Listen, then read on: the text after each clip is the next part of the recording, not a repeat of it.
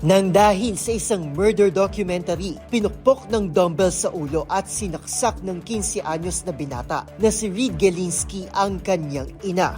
Natagpuan ito ng mga pulis sa kanilang tahanan na tila wala sa sarili, may hawak na kutsilyo at tila umamin sa di umunay krimen na kanyang ginawa. Pag-amin ni Galinsky, depressed ito bago gawin ang karumal-dumal na krimen.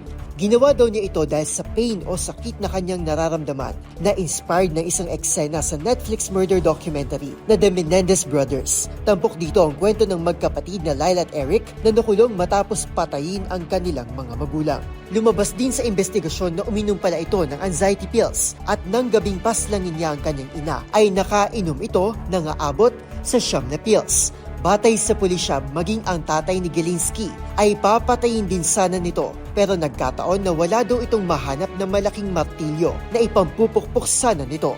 Lumabas naman sa autopsy na nasawi ang ginang matapos magtamo ng internal bleeding na nagresulta mula sa multiple force trauma. Nahaharap naman sa kasong first-degree intentional homicide si Galinsky. Para sa DZRH TV, ito si Arnold Herrera. Una sa Pilipinas, una sa Pilipino.